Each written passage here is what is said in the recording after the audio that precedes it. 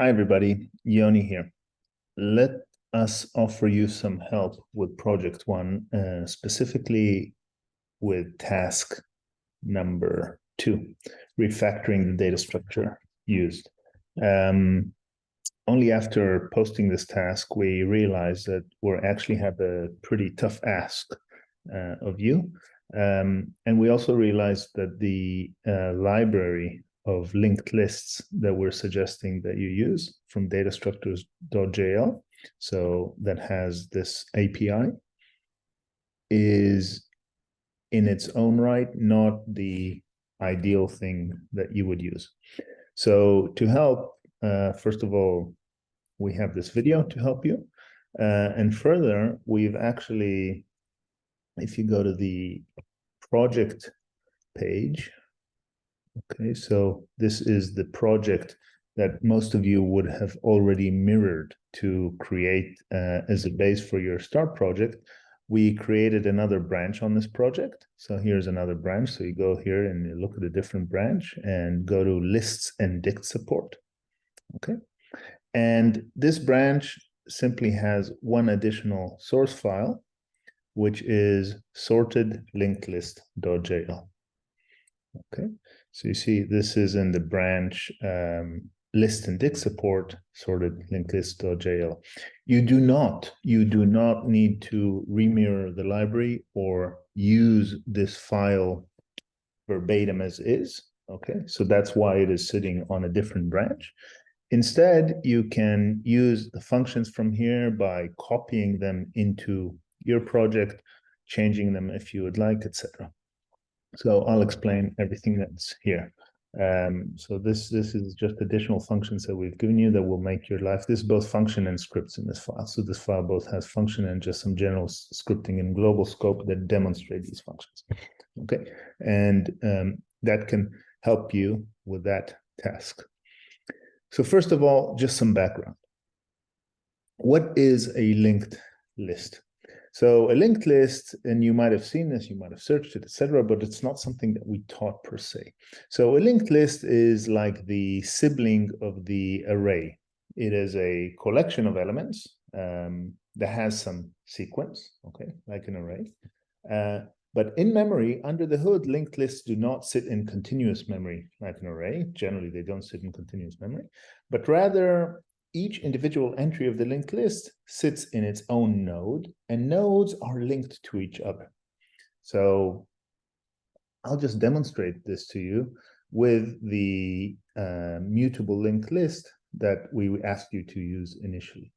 The modification we've made is that with this API, you can't really enforce sorting in this linked list, and that's actually what we want. And also we'll explain the connection to a dictionary. But first of all, let's just play for a couple of minutes with this mutable linked list, which is like an array. So I'll just open a REPL here and using data structures, okay. And let's create, let's call it LST. It's going to be a mutable linked list of the element type. Well, let's just do integers for our purpose. Okay. So what is a list? Well, here it's a mutable linked list, parameterized, so it's a parametric type, parameterized of int64. Okay. Now, in general, this thing kind of acts like an array. So you can do all kinds of things on it. You can ask, is it empty? You're going to say, yeah, well, it's empty. You're going to ask its length. You're going to get a 0. Okay. You can do things that you can do with an array. You can even, with this interface, you can even index into it like an array. Okay, let's try to get the first element. Well, we get an error because an array that's empty, you cannot get its first element. Okay, similarly, we could have asked for first of this list and have gotten the same error. Okay, so all these functions are exposed. Now, what you can do, just like an array, you can append to it. You can put the number, for example, 24 in the list. Okay, so now if we do length of list, it has one element. And if we do this is that element, let's look at the last element of the list. That's still 24, etc. So far, this kind of feels like an array. Well, let's append a few more elements. Let's also put the element 25, or maybe let's make it 30. Okay. And another one, we can append a few elements in parallel. Let's put 32. Okay, so that's this append method with elements dot, dot, dot. Okay. So now the list has 3 elements, 24, 30, and 32. Let's even do one more appending. Let's put the element 10 in the end. So another bracket here. Okay, 24, 30, 32, and 10. Notice that it is not sorted in the way it is now. All right. So now indeed we can, with this interface, get to the 3rd element. We can get to the 4th element. I don't think we can get to the 5th element because there is no 5th element. Okay, so there's indexing into this list. However, in memory, this list does not sit in an array. I'll actually draw in a very rough way on the screen the way it's sitting in memory. So what's happening in memory is that you've got a block here for the 1st element, a block for the 2nd element, but let me put them a bit kind of like this. So they're not sitting in the same place in memory. A block for the 3rd element, a block for the 4th element. Okay. And the first one will have the number 24 as its data inside of it. And the second one will have the number 30. And the third one will have the number 32. And the 4th one will have the number 10. Okay, the data value, the integer 10. Of course, we could have parameterized this linked list with an element type T, which is not an int. For example, in your project, you most probably want to put terms in this linked list. Okay. Now, the key with the linked list is in the word linked. So this 24 is linked to this 30. And this 30 is linked to this 32. And this 32 is linked to this 10. Okay. And that's this forward linking. And the way that this particular implementation of linked lists is done here is that there's also back linking. So this 30 is linked back to the 24, the 32 is linked back to the 30, etc., etc. I'll show you how this linking is implemented under the hood in a second. All right. Now, what they've done in this implementation, and that's something that we don't see from this interface, because with this interface, you don't see anything about this linking, okay? But anybody that knows anything about linked lists knows that that's what's happening under the hood. So there was also an element which is kind of a root node, which sits here and is linked to this, is linked to this 24 and is also linked back, let's use the same color we used, back to this 10. So in memory, under the hood, this data structure is used where the individual nodes or elements, in this case, there's 4 and a 5th, and let's call this 5th one, I'll just call it the R for the root. Okay, this root node. All right, so there's these 5 elements, and they sit in memory. Now, the nice thing about linked lists is that when you do that, say you now had not 5, but you had 10 million of these, and you wanted to add one more element. Let's say you wanted to add it at the start. Well, all you would have to do is you would have to, so let's make this new element, this blue element. So let's say we now wanted to add at the start, insert at the start, this first element, okay? So all the linked list would need to do is actually to redirect this arrow here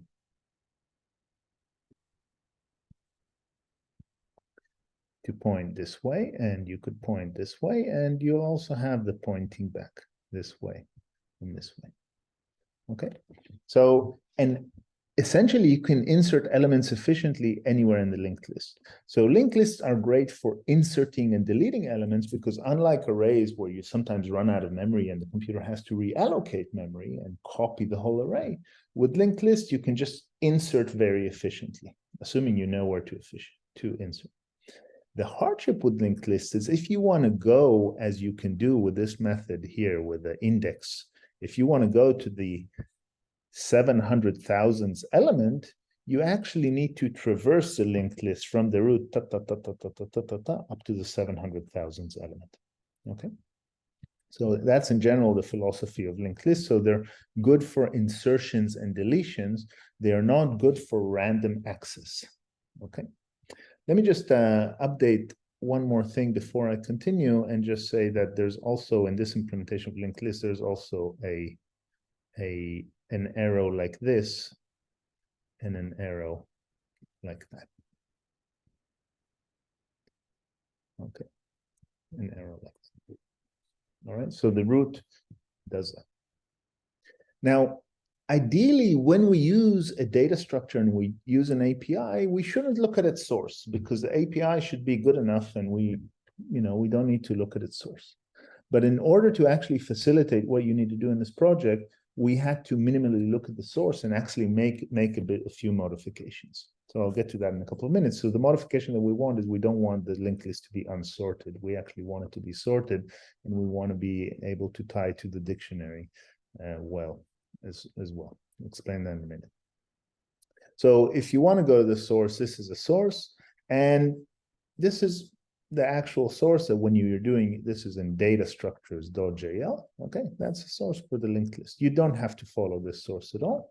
But the important thing is the internal representation of the list. And let's see that for a second. Let's see this image happening here. Okay. So here is list. All right. Let's do list dot, and I'm going to hit tab, and I'll see what field names are in list. Well, there's a field name called length, and that just counts how many elements are in this list. So in addition to the data itself, there's also an element on the side which is kept. Let's do this in magenta here. That's 4, and that's the length. Okay, so this number 4 is all the time going to be updated. If we insert an element or delete an element, this 4 is going to be updated. And then methods such as returning the length are very simple. They just return this number 4. Okay, that's not the key issue. But let's go to lst.node. So what is that? Well, this is actually the root. This is a root of the linked list, and it is of type data linked list node, which is in the namespace of data structures. Okay, so so the type of this thing, type, we can do it. The type of this thing is a list node, and it's a list node parameterized by int64 because we made this whole linked list to be a parametric type of int64s. That's fine. All right. So let's look at list.node and put a dot and hit a tab again, twice the tab. What does it have? Well, it has data, and the data here shouldn't really matter in this root. Let's look at that. Well, in this case, it's 0, but that doesn't matter. But importantly, what it has is it also has this next and this prev. So what these next and prevs are, they are links to the previous element or to the next element. Okay, so next being, I'll write it on the screen. Next is in green. This is next. And this, so next are all in green. And the prev, the previous, are in purple in our illustration. So let's see that. Let's see. So if we do list.node.next, what do we get? Well, we get this first element, which is this next node, right? So this has, right? So if we do list.node.next node data, you see that's this 24, right? So that's how we reach the 24. If we do list.node.next.next, so we're at the next, now we will go to the next. Let's see what we get. We get the 30. If we do .next.next, we get to this 32. If we do .next, for example, let's say we now do a prev, what do you think we'll get? So we're going according to the prev link, we'll get back to the 30, okay? But let's go to the next one. So we get to this 10. And finally, if we do next one more time, we actually get back to the root, okay? And we can actually continue it if we like. Now, nobody uses linked list like I've just shown you. This is just looking under the hood, inspecting at how this data structure is organized. Okay. However, the problem, if you're now going to use methods such as setting an index of a given value, it's actually going to have to traverse these next, until it reaches this 32, or until it reaches a specific index. Okay, so that's in general the issue with linked lists. All right, now, how can I help you? So you saw a bit about linked lists, great. Now let's look at the source that we have given you, which actually goes into this type of linked list, this mutable linked list type, and enforces some invariance on it, and also allows you to iterate it. So let's look at this code in detail. Okay, so this is code that we're giving you, which will help you deal with that. All right, just before I delete this beautiful picture, let me just say what I want. Well, I do not want a situation where the linked list is unordered, first of all. Okay, so I don't want this 10 here. So this would be an illegal situation. All right, so let's actually fix the situation right now. Let's do delete L of length of that. Sorry, delete list, length of the list. So that will delete the last. Okay. And let's, instead, let's just put something else. Let's append, or we can push to the list. Let's put a 75. Okay. So this 10 here shouldn't be there. That's not okay. We only want the linked list to be in, well, in ascending order or non-descending order. And in your project, if you'll have terms, then you'll probably want the terms ordered by their degree. So you want the lowest degree, one higher, etc. Okay. So they won't be integers, they'll be terms. Now, of course, this linked list doesn't do that, but imagine if we had a function that we say, I now want to insert, say, 40 into the list. So I have a new element, which is 40. Okay, so you could think of it as a term with degree 40, or in this case, just an integer 40, and I want to insert it into the list.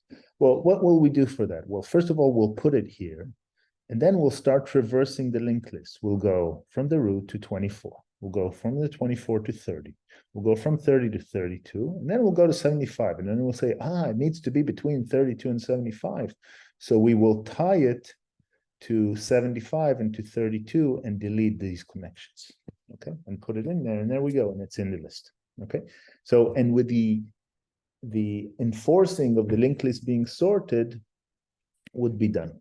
All right, so we've created a function for you that does that inserts an element to the linked list and keeps it sorted. So that's one thing we can do. Now, the other thing we've also done in the same Go, in the same function, just to make your life a bit easier, is remember, we also want in this project to have a dictionary. Okay, so the dictionary is this guy that sits down here at the bottom, okay, and points to the elements of the linked list. And the positive thing about the dictionary, you've got O of 1, you've got constant time, well, average constant time access. Okay, dictionary is probably implemented with a hash table under the hood, or maybe a tree. But in general, it just has very efficient access to these terms. All right? So in the same Go, we've also added support for this dictionary. And the third thing we've also given you is an ability to iterate efficiently over the linked list. Okay, so let's look at the source that we have given you, and I hope that you could figure out how to integrate that within your project. So first of all, that source, again, is not here. That's the data structure source. It is here in this source file. Right here, again, in the different branch under sorted linked list. So let me now clear the screen and actually go to Visual Studio Code where I've got this source. And let's read it. Okay.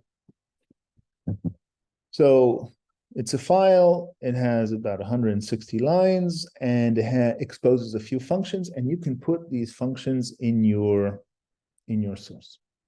Okay, so this course is to help you with project one. Don't use it directly again, but just copy these functions and use them as you'd like. All right. So what does this first function do? This first function, iterate, it actually makes the linked list iterable. Okay, iterable, right? So let's see the demo for this function. So all you need to do is you need to have it. You need to have it part of the project. And then whenever you run a for loop on the data of the linked list, that for loop will work. Okay, so here's a demonstration. So let's actually do this line by line. So I'm going to create a mutable linked list with the entries 10, 25, and 35. This has nothing to do with the dictionary and has nothing to do with linked list being sorted. So for this matter, I could have also put something that's not in order, like 87. Okay, so sorry, that is in order. Let's put something else, -3. Okay. Now, then you can actually do code like this, which is for D in the linked list and print elements of D. Okay, so you see, you can iterate over the linked list. And the way it works, it actually, look at what it's doing at every given time, it's keeping the state of the iteration and it's returning the data and it's just going to the next thing. And it's going to stop if you're at the end node. Okay, that's how it's going to work. So that's iterating over a linked list. Great. Once you've got that, you can iterate. All right. Now let's go to the more complicated thing. Enforcing sorting and connecting to a dictionary. All right, so we've given you this function. Again, you don't fully have to understand every little bit of what's happening in this function, but let's first of all see what this function does. We call it insert underscore sorted exclamation mark, and it gets a mutable linked list, and it gets a dictionary, okay? And it gets a key and a value. Now, the mutable linked list is of type V, okay? So in your project will most probably, well, will be term. And the dictionary has keys of type K, which might be integers if your dictionary has the powers as the keys, which is a sensible thing. And it actually, the values of the dictionary are linked list nodes. Okay, so we are looking at how the linked list is implemented here under the hood, and that's nodes and nodes of V. So it assumes that the element V has an order. Okay, so meaning that it has a is less function or the less. The terms in your project have an order. Okay, and it assumes that the list that you've given it, okay, that the linked list, it should be the linked list LST, is already sorted. And it assumes that the dictionary does not have the key. And when you call this function, it's going to insert the new element value to the list in the right position, just like I showed you when I drew before. And it's also going to update the dictionary. So it's going to do everything for you. All right. That's a function insert sorted. So let's actually, so I think I ran this code. Okay, so the function is there, okay, right? I can do question mark insert sorted, and I get this help here, which I just wrote here. I guess I have an extra backtick. Okay. Okay, so that's the help for the function, because this is a doc string about this function, and let's use it. Let's just try to use it just like that. So let's do L, a mutable linked list of say of strings. Okay. Right. So now it's of course an empty list, right? Because there's nothing in there. And let's do D to be a dictionary that will say map from integers to, and again, it can't be strings, it needs to be this thing. It needs to be a data structures linked node of a string. Okay, that needs to be the type of the dictionary. So that's our linked list and that's our dictionary. So let's do insert sorted of the list, sorry, the list L in the dictionary D. And let's put the key, say 87, to the element hello. So let's now look at the linked list. Well, the linked list has hello in the element, and let's look at the dictionary.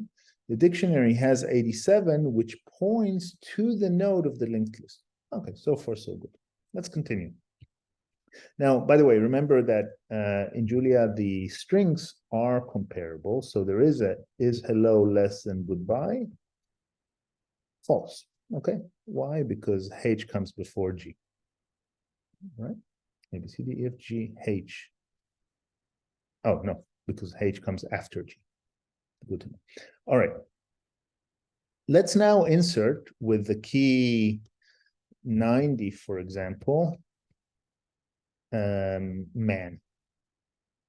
Let's look at the linked list. It has hello and man, and look that it's actually sorted. And let's look at the dictionary. The dictionary has 90 points to man, 87 points to hello, references to hello. Let's insert dog. Sorry, and we can, well, I tried to put the same key, and then we got this error that the key is already in the dictionary. So we can't use that same key twice. So let's put dog with the key 103. And let's look at the list. It has dog, hello, and man. And notice that it is sorted, DHM. Okay. And let's look at the dictionary. The dictionary has now 103. Okay.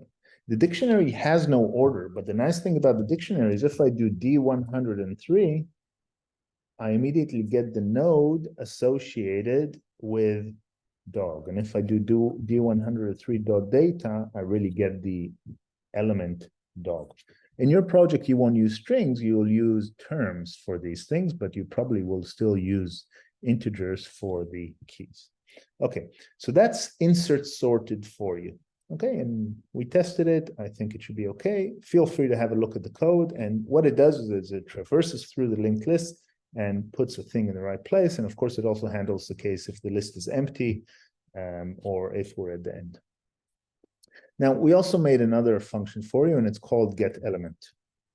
So what does getElement do? Returns a value associated with key or nothing if not in the list. So let's see. Let's do getElement of, and you have to give it the list.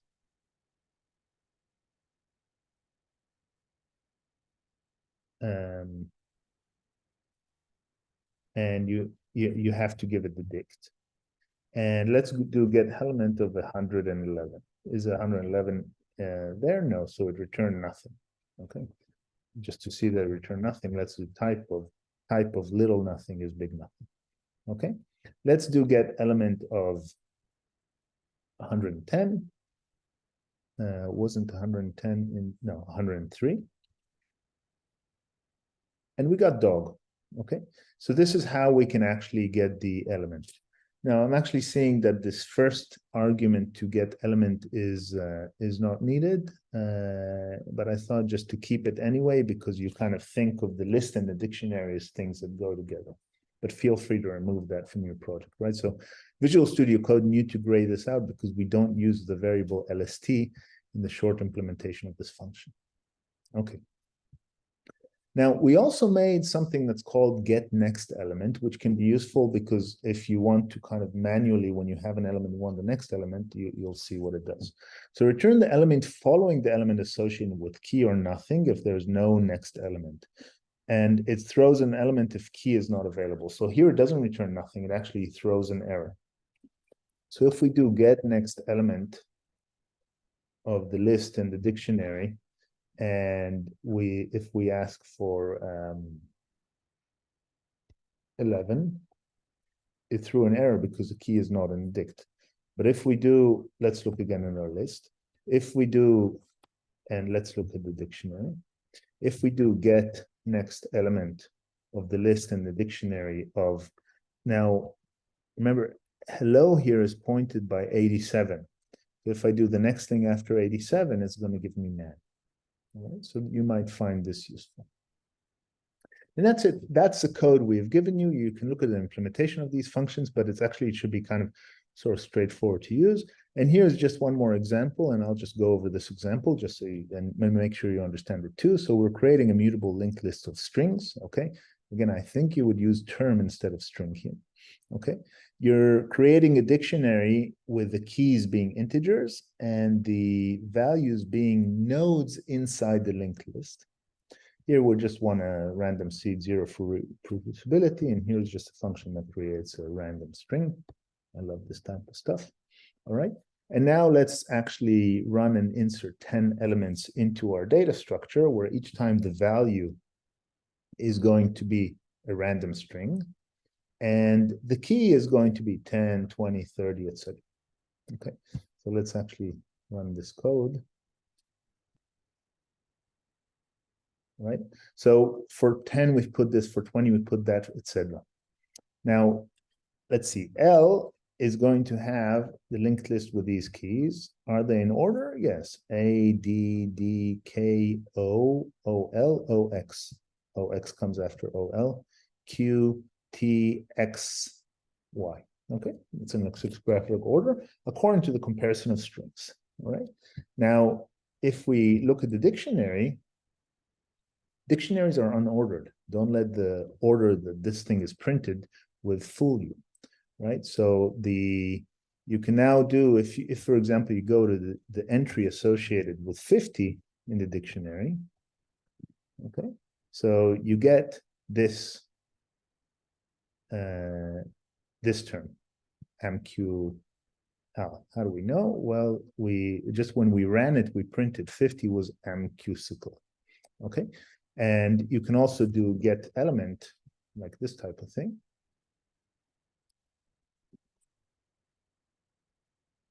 And it's going to return you that thing. Oh yeah, one more method which I didn't explain, or one more function which I didn't explain, which we gave you, was delete element, okay? So what delete element does, and let's actually play with this. So if this is our list, and this is our associated dictionary, and at this point, they're in the good state, right? The list is sorted, the dictionary points at the list. And now we can delete element associated with a key. So let's say we delete element from the list, the dictionary, and let's say the key 80. So we're going to delete this guy, okay? And once we do that, the list, length of list is now going to have 9 elements, and the dictionary is also going to have 9 elements, doesn't have this 80. Okay. So that's deletion of elements. Now, when you use these functions that we've given you, delete element and insert sorted, so insert meaning keeping the invariant sorted, and get element and get element next, you need to be careful and not to insert things at some arbitrary order according to some of these functions, because if you'll break this invariant of sorting, then you'll have some bug hidden inside your program. Okay, I hope this helps. I know it's a lot, but that's it. Good luck. Bye.